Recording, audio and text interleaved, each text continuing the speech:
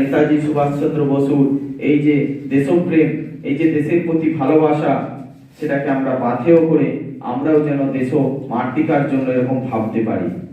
কারণ আমরা প্রথম, দ্বিতীয়, তৃতীয় হয়তো হব, কিন্তু তার সঙ্গে যদি এই সাধারণ মানুষ, অসহায় মানুষের প্রতি আমাদের ভাবনা না থাকে, চিন্তা না থাকে, তাদের প্রতি দরদ না থাকে, তাহলে কিন্তু আমরা ওই ঠিক আইসিএস পরীক্ষায় প্রথম, দ্বিতীয়, তৃতীয়র মতো যতদিন থাকবো ততদিন হয়তো খুব সম্মান, অনেক টাকা পাবো, মারা যাওয়ার পর আমাদের নাম পর্যন্ত লোকে ভুলে যাবে।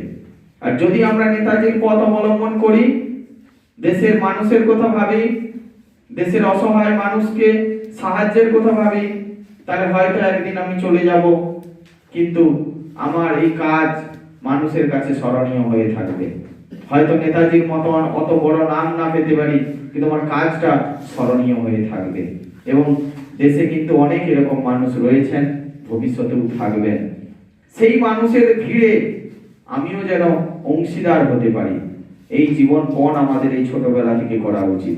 তাই আমার প্রিয় ছাত্রছাত্রী, তোমরা নিজেদেরকে সেইভাবে তৈরি করবে